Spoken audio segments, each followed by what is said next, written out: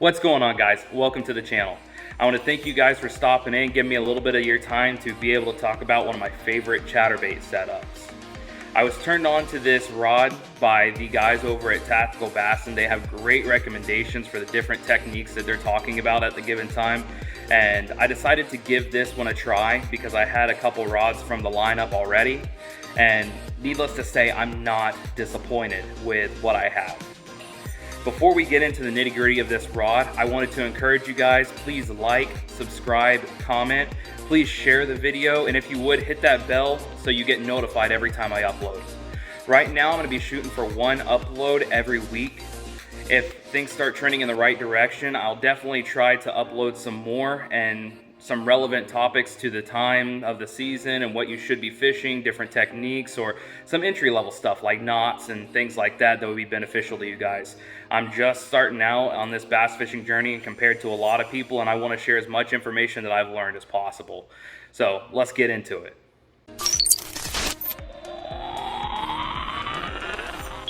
The setup we have in front of us today is the Shimano Expride.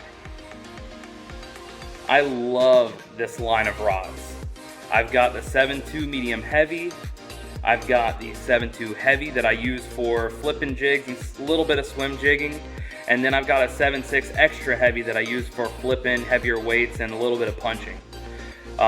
These line of rods are fantastic. You can feel almost everything going on under the water that your bait comes into contact with. If you're brushing past grass, if you're running over a rock or shell beds, you can feel it all. I absolutely love it. This rod is no different. The sensitivity in the tip is amazing. You can feel your chatterbait working the whole time as that blade is swinging back and forth and tapping against the head.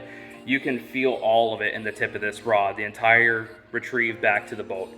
And in doing that, you can tell exactly when a fish strikes too, because when it's not buzzing, set the hook, because there's probably something on the other line that you want to reel in.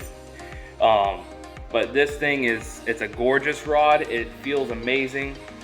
The construction of it is a 7.2, so 7'2", medium heavy, so we got a pretty good backbone in it, and it's got a glass tip.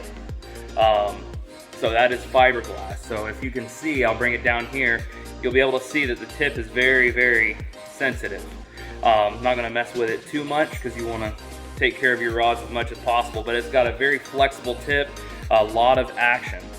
One of the biggest benefits of all that action is when a fish, or particularly a bass, goes to inhale it, it gives that rod a little bit of flex so you can really get they can really suck that bait in.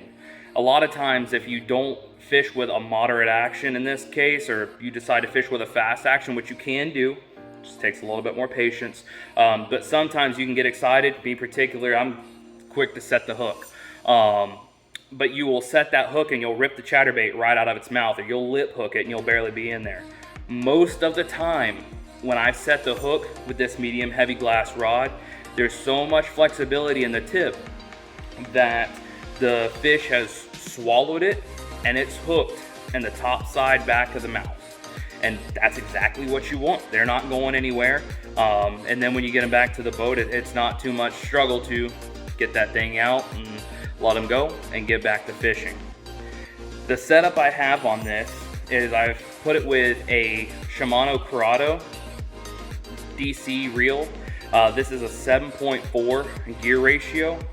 I've got it spooled up with 30-pound braid. I've started doing that with all of my rods, braid to leader. I like that you still get the benefits of the fluorocarbon leader, being able to have a little bit more invisibility in the water, being able to have the abrasion resistance that fluorocarbon offers, but you also aren't running up your bill, because fluorocarbon can get very expensive very quickly. I've also found it's easier to pick out backlashes when you do backlash. It's easier to pick those out with braid. And so I've got that, the 30-pound braid to a 20-pound fluorocarbon leader tied up with an FG knot.